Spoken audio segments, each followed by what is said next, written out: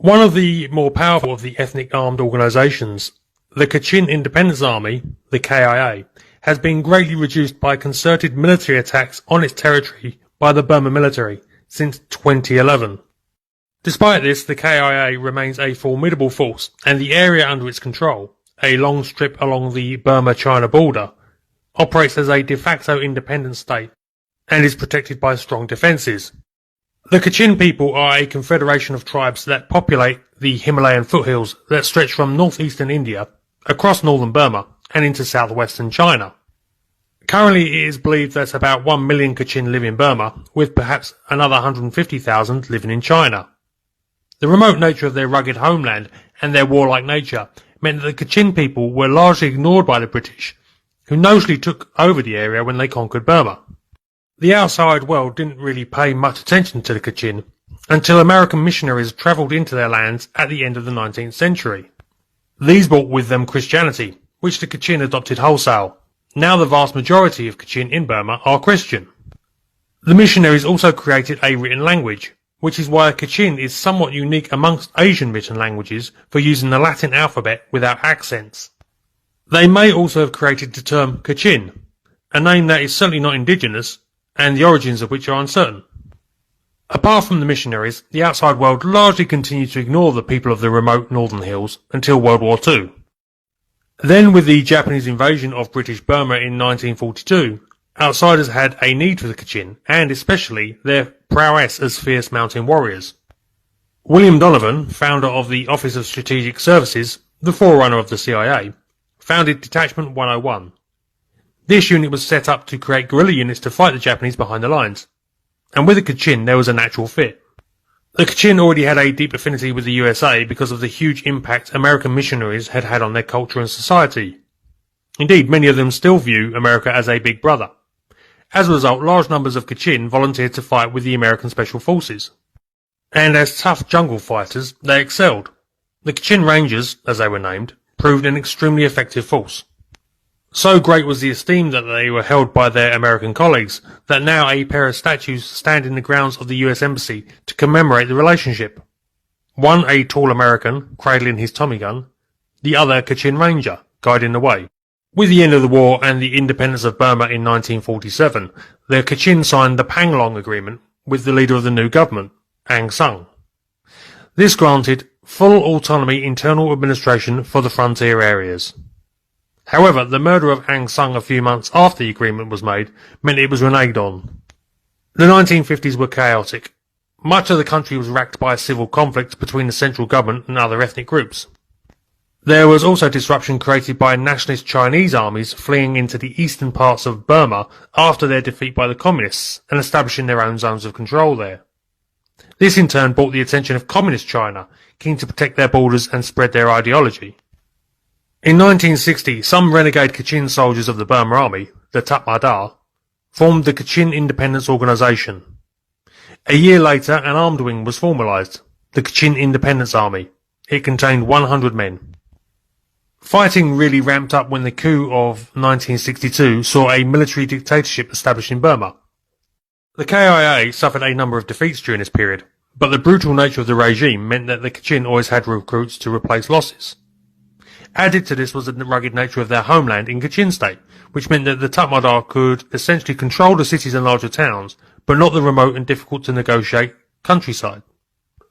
This advantage of terrain meant that the Kachin exploited illegal activities to fund their aspirations, smuggling jade, opium and weapons into and out of China and Thailand. The leadership embraced communism, somewhat logical seeing as that China was the only real backer available to them, and the next 30 years was riven with political machinations as Kachin unity splintered over ideology and access to things like the narcotics trade.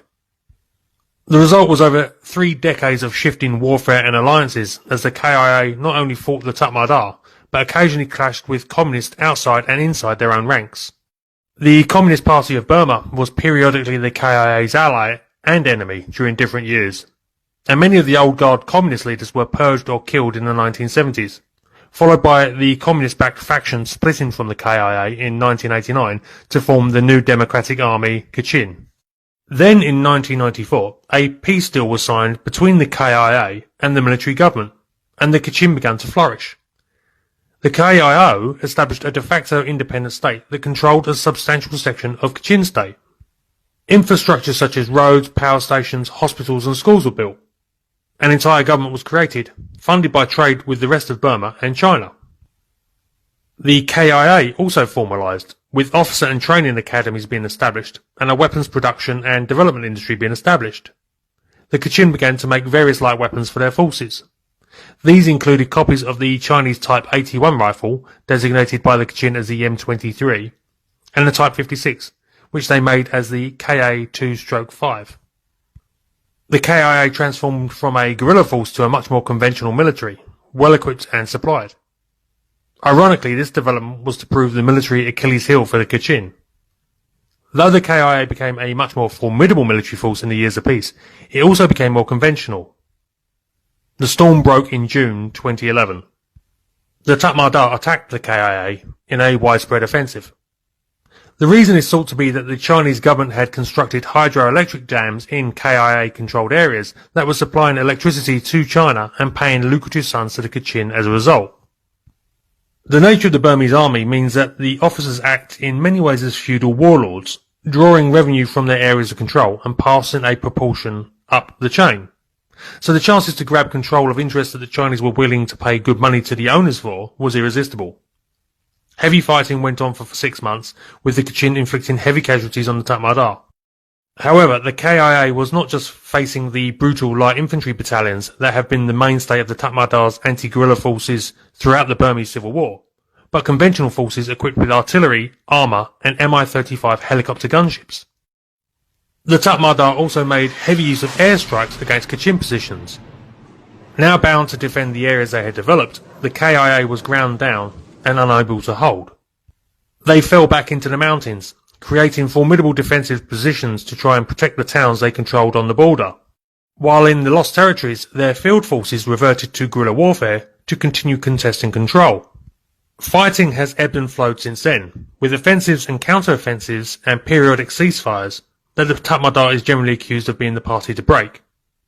Much of this is over economic assets.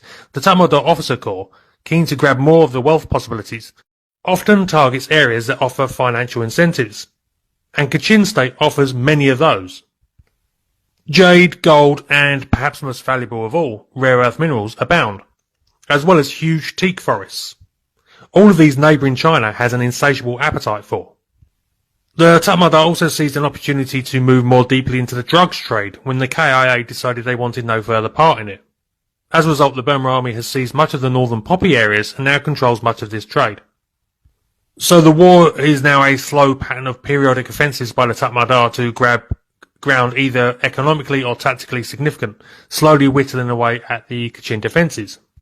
Against the background of trench warfare along the front line is the KIA guerrillas who inflict a steady flow of casualties on the Tatmadaw in ambushes and IED attacks throughout Kachin and Shan states.